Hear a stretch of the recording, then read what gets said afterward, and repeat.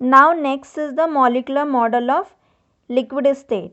As you can see from the diagram, the particles are loosely packed. They are little bit far away from each other as compared to solids. Okay, so from this diagram you can conclude that particles in the case of liquids are loosely packed. The second thing is intermolecular force of attraction are not as strong as in the case of solids, and the intermolecular spaces are larger. Particles are free to move, that's why you can easily compress the liquid. Okay, and because the particles are free to move, that's why the kinetic energy is higher in the case of liquids. Okay, so due to this, liquids can easily flow. They have fixed volume but they don't have fixed shape, because they will take the shape of the container in which you will pour the liquid. Okay, then the next molecular model is of gaseous state.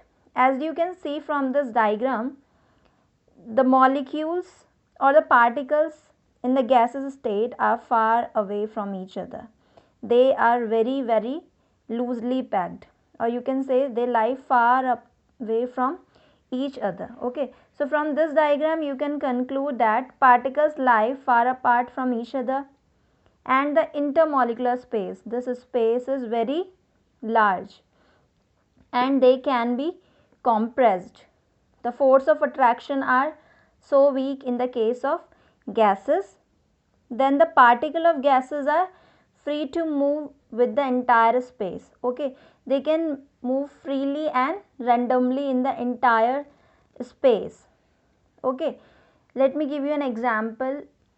When you are using deo or perfume, the fragrance of that will spread in the entire room, because that is a form of gas and the molecules of gas can easily move in the entire space. That's why you can uh, feel that fragrance, you can smell that fragrance in the entire room. That is the only reason. Okay, and the last property of the gaseous state is they are neither have a fixed shape nor a fixed volume.